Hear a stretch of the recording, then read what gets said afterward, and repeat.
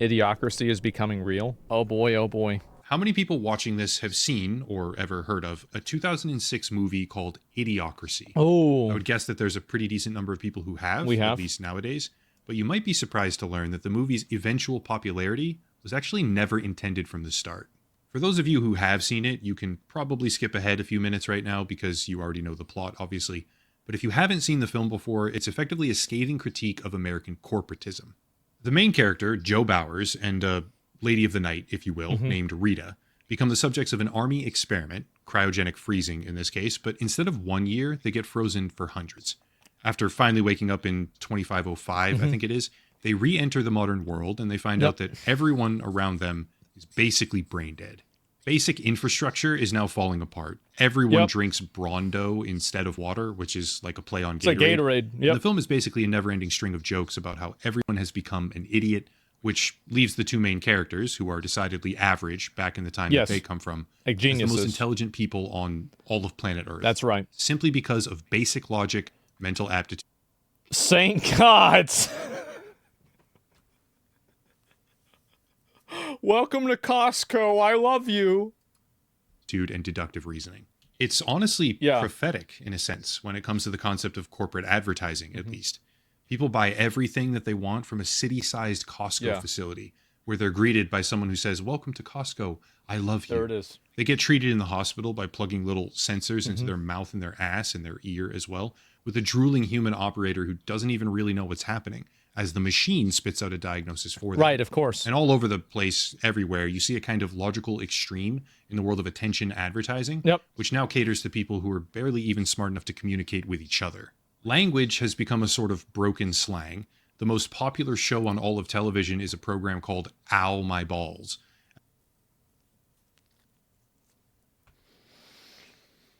That's crazy. And the movie even tackles the concept of hypersexualization, where Starbucks now offers handjobs. Full body Obviously, latte. it's way over the top extreme, but when you watch it, you start seeing a whole bunch of oddly similar and kind of uncomfortable parallels, which might be the reason why the film was initially suppressed. Yeah, it was. Most people don't know this, but the movie's publisher, 20th Century Fox, actually tried to kill their own product launch. Why? They only released it in 7 different cities using the contractual minimum legal number of theaters, something like 130 as opposed to the normal 600 or 700. And they specifically did not market the release with trailers, advertisements, or press kits. What? Whatever their reason was, they intentionally took a budgetary loss on their film in order to kill its reach. But over the years since, it managed to become massively popular. Now, I'm not a film critic. This isn't a video about Idiocracy as a piece of cinema. It's about how the most extreme version of hyperbolic comedy, portraying the whole world as a slobbering mass of idiotic consumers, is becoming real. And I want to make a much more data-driven argument right now about why and specifically how that appears to be happening. However, there's one key difference here. In the movie, the degradation of human intelligence, and basic cognition for that matter, is a function of birth rates. As the more affluent portions of society struggle with choices about when or why or even if they ever want to have a child, those around them, the idiots, are breeding like rabbits. The film asserts that over hundreds of years, less intelligent people having much more offspring, as a kind of twisted evolutionary inversion, overwhelms the entire population, therefore dumbing everyone down to a level where they can't even hardly think for themselves. As a I mean, this is never going to happen, right? I mean, there's no way this could happen. Commentary on predatory capitalism, in addition to that, large corporations happily step in to monetize that issue, creating a sort of death spiral of sorts. No, it will never happen. Ultimately resulting in people getting dumber and dumber and dumber with each passing generation, because none of them are ever forced to think for themselves. It's a fun movie. I do like it, which again has extremely... I really hope he brings up the fact that computer literacy is going down because computers are so good and people no longer have to diagnose their own problems with them. I really hope he brings that up. Parallels now. But setting aside the obvious and more surface level ones, like teenagers speaking with broken, grammatically absurd slang, or they only do that because it's funny and because like rappers or people in like music do that. I think in a lot of cases that's the real reason. It's the same as like, you know, we used to say like skeet skeet or something like that, bussin'. Like I feel like that's like just kind of like kids slang. As a concept invading deeper and deeper into our everyday we did the lives. same stuff. I want to make the argument that the cause of those issues is not a function of birth rates or genetics. It's a function of the tools that we're making, which supplant our own critical thinking. Let's get to it. I want to take a minute here.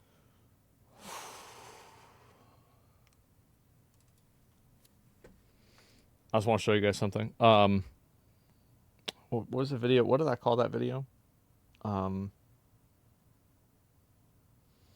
I made a video about this recently, and I wonder if he watched it. Because I forgot what the name of the video was.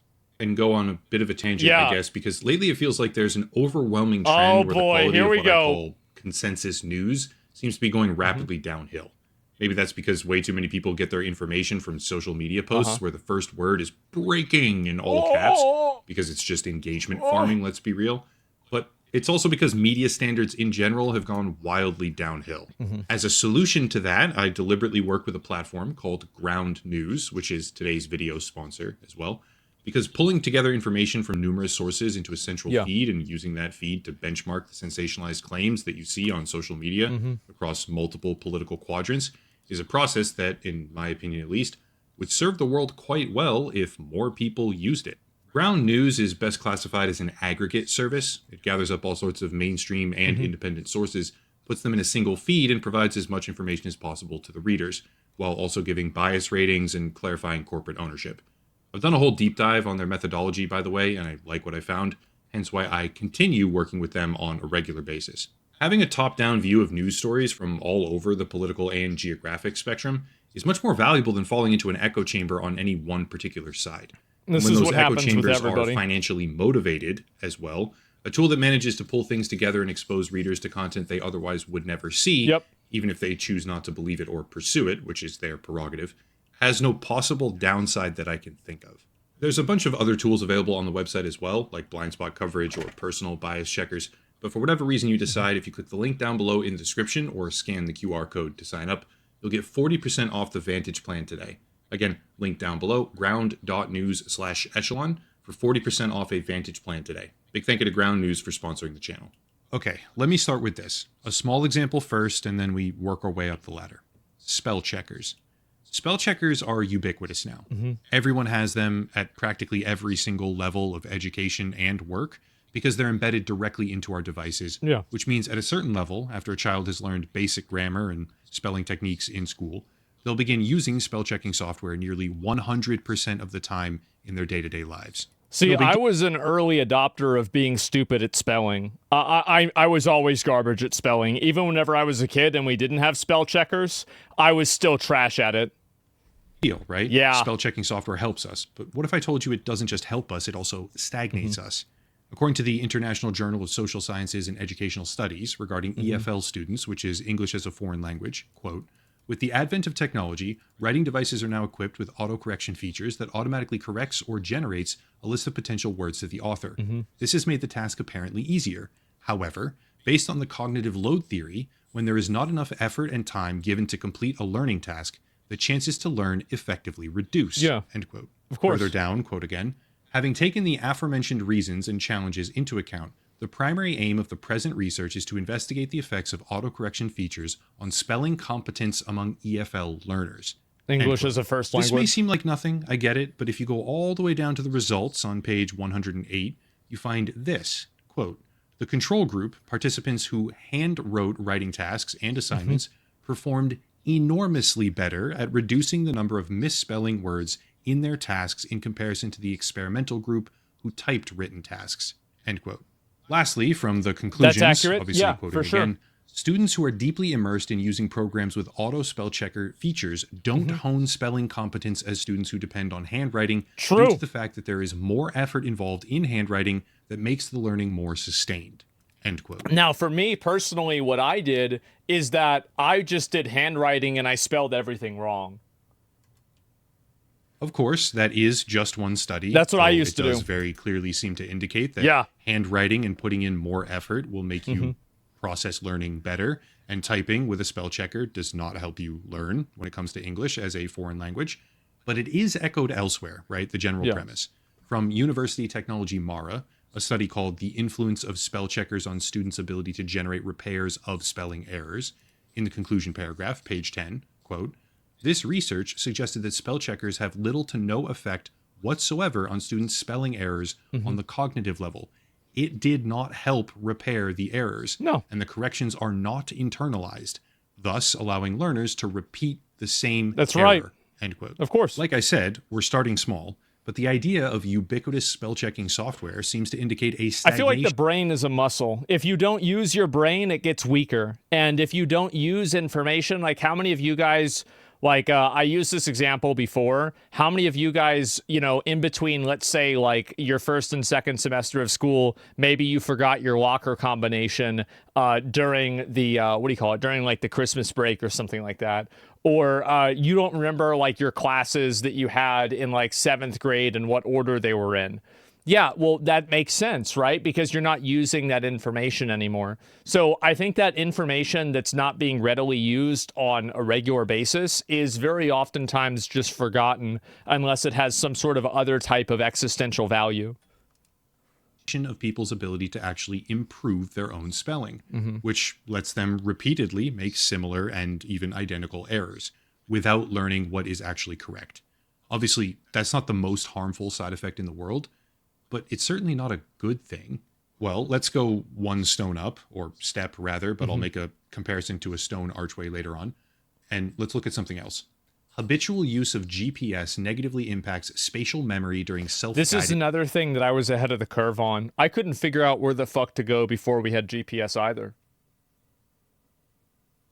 Yeah, I was really bad at navigating then, too.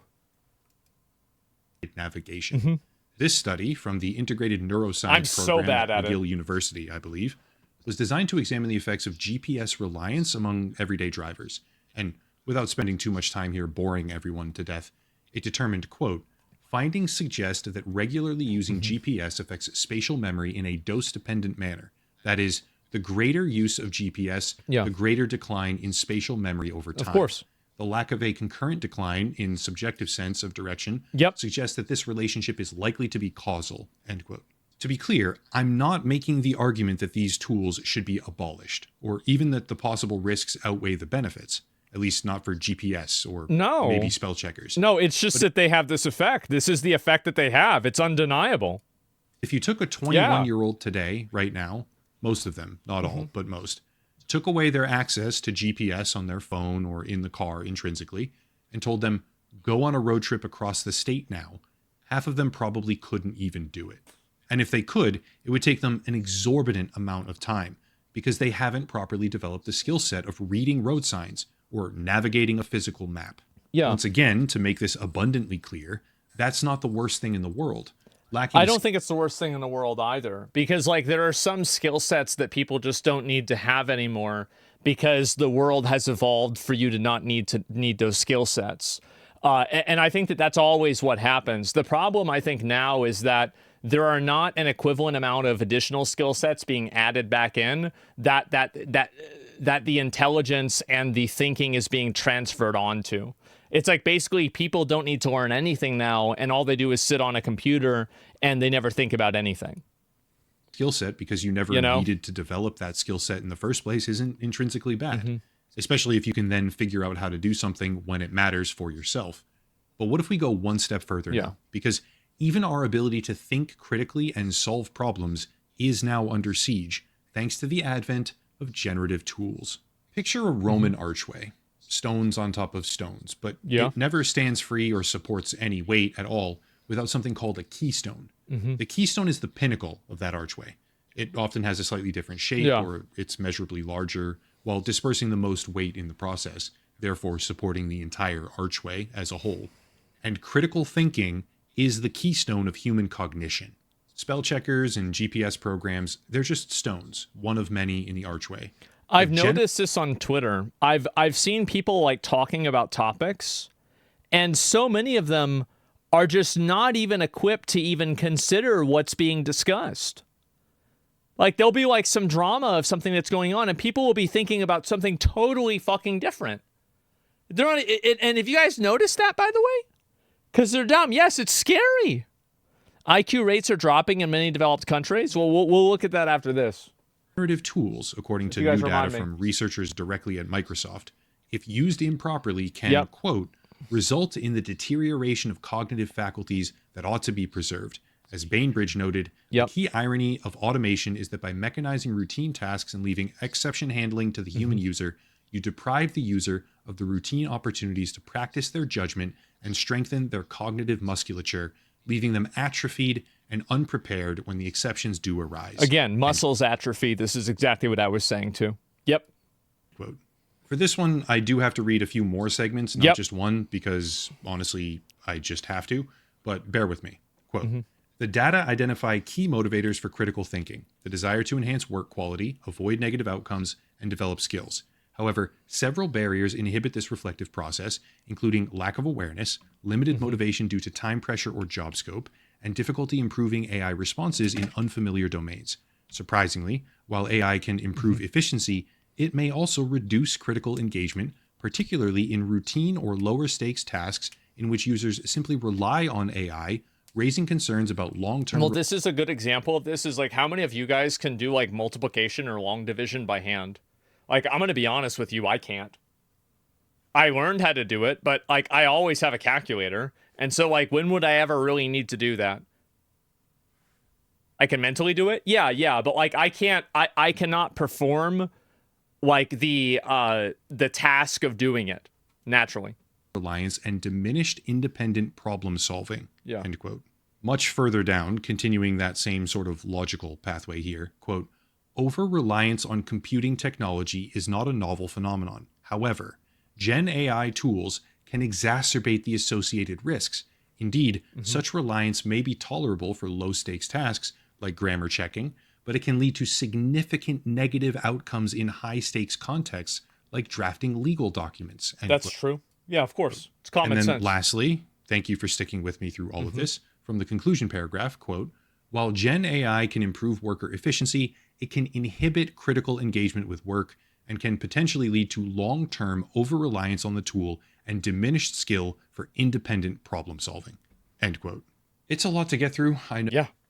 I think that's definitely true. And some 100%. people may laugh it off as overly dramatized, but the key... No, it's not. It's absolutely happening. Like, and this is even, like, it's even on a physical level, because, like, kids now, like, I was reading in the UK, a lot of kids can't go upstairs because their leg muscles haven't been developed enough because they're sitting on tablets all day. The one supporting all the extra weight is the thing that supplants our... Yeah, no, I'm serious. Like, what? I know. It's fucking insane, isn't it? What? No way? I didn't believe it either. I looked at it myself. I'll be right back. Give me a second. And kids are doomed. Yeah, I would say a little bit, right? Just a little bit. I had to take a shit. Sorry about that. Okay. Thinking. And that is precisely what these new AI tools are designed to do. If you don't believe me, which is fine, by the way, what about this? I've used this example before in other videos, but I think I should probably show it again here, because the implications behind it are pretty severe. Google, which obviously has their own AI model called Gemini, somewhat recently began heavily marketing that program to a much wider audience using material like this. It's a pretty harmless video at first, but towards the end you start to see something a little bit different than generate a funny image of a cat playing guitar, because they start advertising the service for things like generating emails. Cool, no big deal, you might say. Yeah. Small stone in the massive archway. Sure. But then they cut to a scene where a teenage girl is asking this program, right in front of her friends, what's a good excuse to cancel dinner with my friends? You can certainly shrug it off as a goofy... Yep, because kids not going to know how to talk to each other at all. They're not going to know how to interact because they don't have to. And this is something that happens probably in schools too, is because you don't have to do a lot of this stuff that you used to back in the day. And so now people are so conflict avoidant, they don't know how to have any interaction with anybody. The advertisement, but what happens when you actively market a product to teenagers, showcasing it as some sort of solution to feeling awkward, or even something that replaces basic interactions with friends? Ask the AI what to say to your friends instead of actually talking to your friends. Social aptitude. It's because people are so afraid of saying the wrong thing. I think that's another really big component of it too, is that like people are afraid of saying or doing the wrong thing. So because of that, what they end up doing is they try to use technology, or they just don't speak out against certain things. And you see this all the time, especially like on Twitch, is that whenever any sort of like drama or like social event happens, almost everybody has an opinion on it, but many people don't share that opinion because they don't want to get attacked. That's the main reason, which is fair, but it's also important to understand that when we live in a culture that always assumes the worst level of intent possible with a person, and then they attack that person based off of that intent being real, what you create is a chilling effect where people don't want to express themselves. And I think that's unhealthy. It's very unhealthy. Is a skill set. And using this kind of tool to replace that, which was already replaced once by texting, as opposed to actually speaking to people, is one step further. By the way, I hate phone calls. I hate them. And like, I never like making phone calls. And so like, I have to admit, I am one of the people that like, if I can text something, I would much rather do it. I do not like making phone calls at all. They're removed from using the muscle itself, which leads inexorably to atrophy. We're not just hindering the act of critical thinking, we're outright replacing it, which may not be quite as comedic when compared to a movie like Idiocracy, but the end result, beyond the jokes, the humor, and the absurd over-exaggerations, the end result is a society that can't think for itself, therefore spiraling downwards. Yep. It's funny because people hand-wave all of this often as nothing. They say technology makes us smarter, but... I just want to show you guys real quick.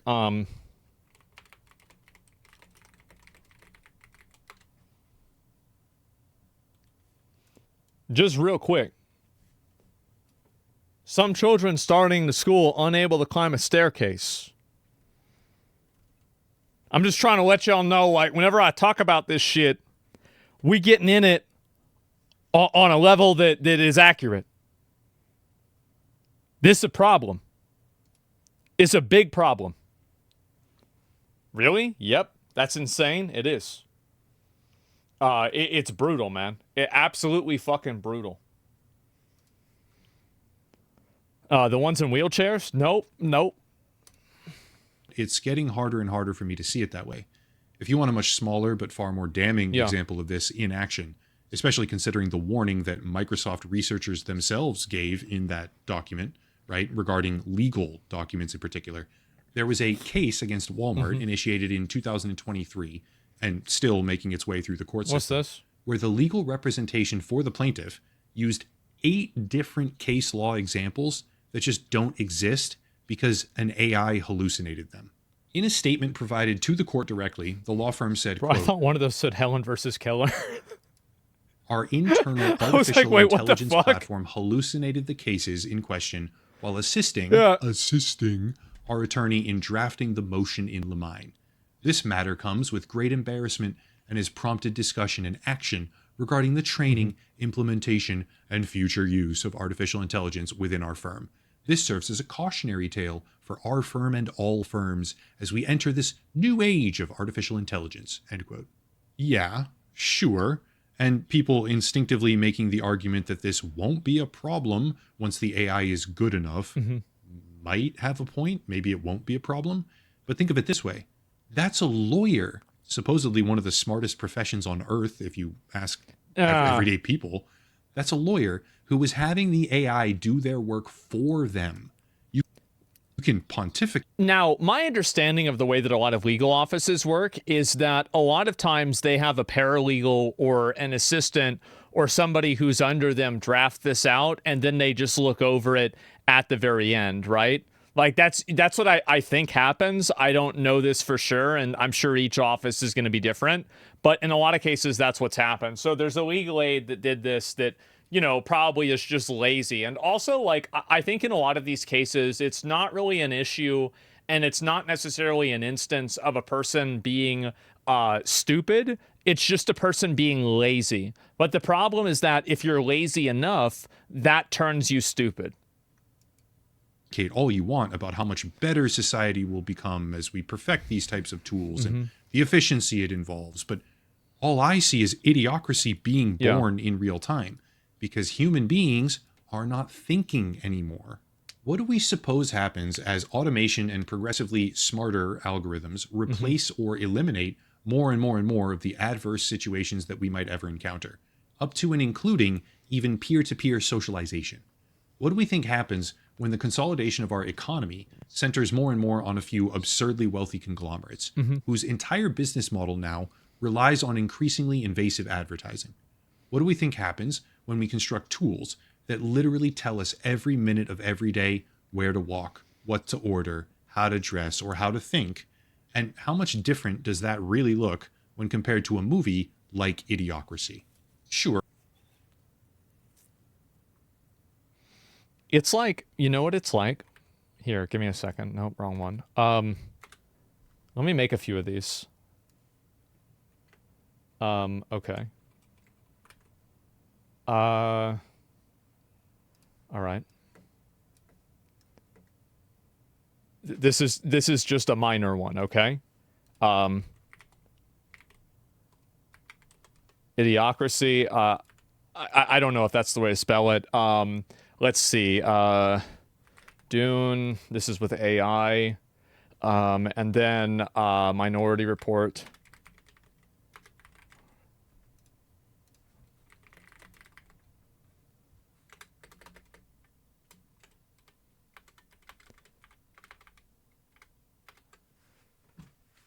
This is where we're at. And then we also have things like, you know, you've got the bonus ones, like this doesn't make sense in the context of this, but all of these are somehow in Skynet. Yes, this is where we're at. It's basically you take every single bad thing that was predicted with science fiction, and so basically you have all the good things that don't really happen that much, and then you have all the bad things that happen a lot. Yeah, Blade Runner. Yeah, and you could go into Children of Men with declining birth rates. You could do Blade Runner with AI girlfriends. You could just keep going. Like, that's what I was thinking. I was like, how many circles can I make? Okay, no, I can't. I'm just going to do 3 and then stop there. I could drag the video on for a lot longer with more comparisons, like how Wipeout, the game show, is effectively the same thing as Ow My Balls, or how when Joe and Rita attempt to escape in a car, there's a kill switch shutting down its battery. Yeah, contained in the enormous Infrastructure and Jobs Act, which was passed during the Biden administration recently, Section 24220, there's a mandate for systems that will, quote, passively monitor the performance. OnStar could do this over 10 years ago. They could shut down your car through OnStar. Yeah, this isn't new. And it's not even new. Biden didn't invent this. Like, this was fucking Obama, basically. And I don't know if they had it during Bush. If they didn't, it was just simply because it was too early. Yeah, this was Obama.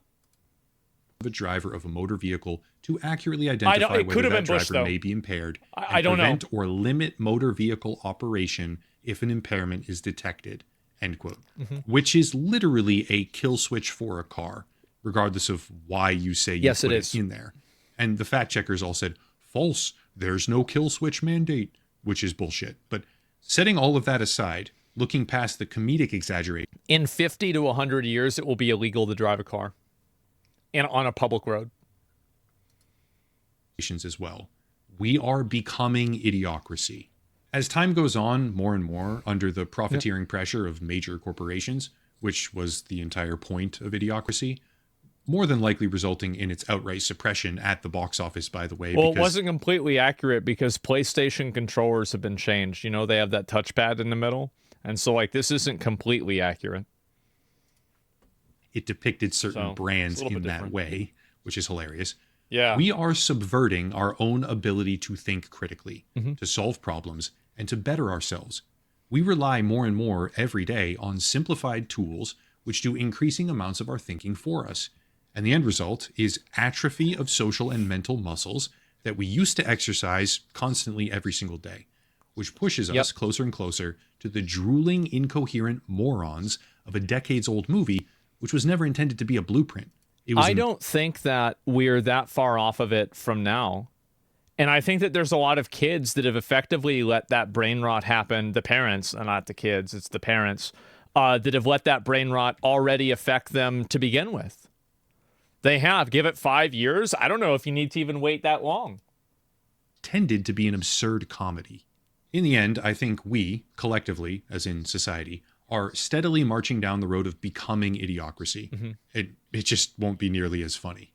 A lot of people probably don't see it that way, which is fine, and it's obviously happening for different reasons than in the film. But I find that movie to be disconcertingly prophetic and uncomfortably accurate when you take a step back and realize it's only been 19 years since they made it. What do we really think the world is going to be like in 19 more? That's it. If you want to support the channel, check out the links down below. Probably worse. Sponsor, of course, and Ground better. News. Do consider locals and Patreon, please. I need to start pushing these platforms more, right? And get away from like just regular YouTube AdSense and other stuff too, merchandise, social media, etc. But I'll cut it there and stop rambling. As always, thank you all for watching. Question everything, and have a nice night. This is the cringiest take that you hear way too much from bozos. I think that a lot of people think that like the idiocracy thing is just a meme, but I actually don't think that it's a meme. I legitimately think that it's happening, and I think that every logical perspective that I can possibly think of leads me to that conclusion. And I understand that, like, it might seem annoying, and there is definitely a degree of, what is the word? Like, there's, like, pseudo-intellectualism that's done with, like, people thinking, oh, everything is going to be idiocracy now. No, I don't think that's necessarily what's going to happen. But I think that there are going to be more and more people that are effectively, and I think it's the parents' fault in the big way, where like parents don't actively take part in their kids' education. And like in the past, the kid would go out and do things with their friend, etc. But now like they just sit there on the tablet, and so they don't develop social skills. And also like whenever you were a kid, a lot of you guys probably like you were running around, you were playing with your friends, you were going up and down the street, you were moving your body around, right? That's the point. A lot of people now don't do that. So they're just these kids that have atrophied muscles. They can't move around that much. And they're basically fucking, like, they're like almost disabled, like you. Well, it's like anybody if they don't exercise at all. And I think that's the problem of what happens, is that if you don't exercise, that's what happens.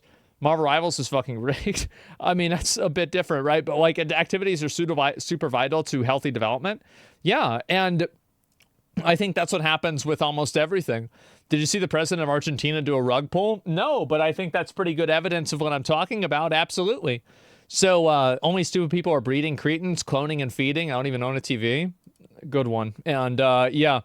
And anyway, bro, just venting about rivals. Yeah, just straight up fucking out of nowhere. I was reading, I was like, what's that have to do with anything? Literally fucking nothing. And so anyway, like the weed commercial where the guy deflates on the couch. Yeah. And I think this is what's going to happen with a lot of people, is that there's going to be a reduction in critical thinking that's used. And in the process of that reduction, this is a great video, by the way. Give it a like. This is a amazing video. I was going to watch it a while ago, but yesterday, but I ended up just like not really having time for it. So you need to watch Wall-E. It's so good. Yeah, exactly, right? And I feel like that's the case with everything. And wild tigers and bears should have been released in the neighborhoods to get the kids... I don't think they need to release bears into the neighborhood, right? Like, I don't think we're that... Are we that far? I don't know if we're that far. But I think what's going to end up happening is that a lot of people are going to have their ability to cognitively think and evaluate problems. They're going to have that deteriorate more and more and more. And I think as time goes on, it's going to be obvious that that's the case. And one of the big issues is that when that becomes more obvious, how do you undo that damage? In my opinion, I think that it's almost impossible to undo that damage. And when it does happen, it's just going to keep getting worse from there. It's not like it's going to get better over time. It's just going to keep getting worse and worse and worse. So yeah,